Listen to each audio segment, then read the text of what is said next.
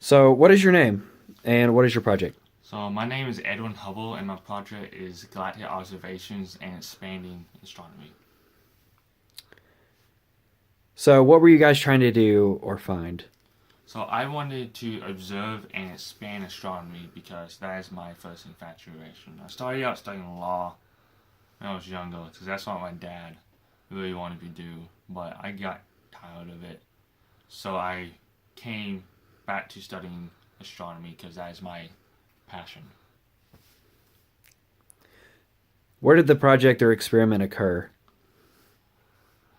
I started my major discoveries in 1919 after returning from serving in World War One.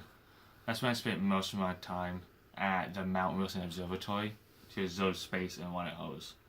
So about that time, as soon as I got back from the war, I went straight there, and a telescope actually got finished building, making it. It was a 100-inch Hooker telescope, which is an amazing coincidence that I happened to get that as soon as it finished built. Which actually it took a decade long to process to build it. So I was discovering things like left and right until about 1942 when I went to serve in World War II, and then I came back 1946, and then until about 46 to 49 ish. That's when I done the rest of my discoveries. So, what other significant events were happening around the world at this time?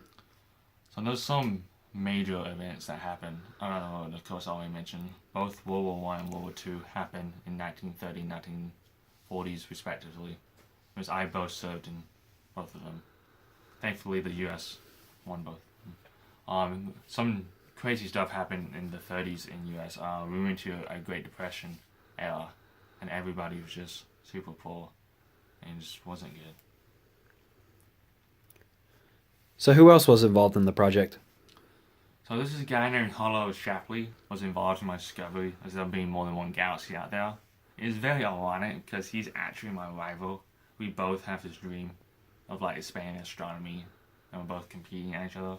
But Shapley has his method of measuring distance of how far a star is away.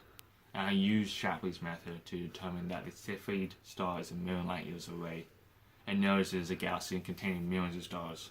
So thanks to him, I discovered the cosmos.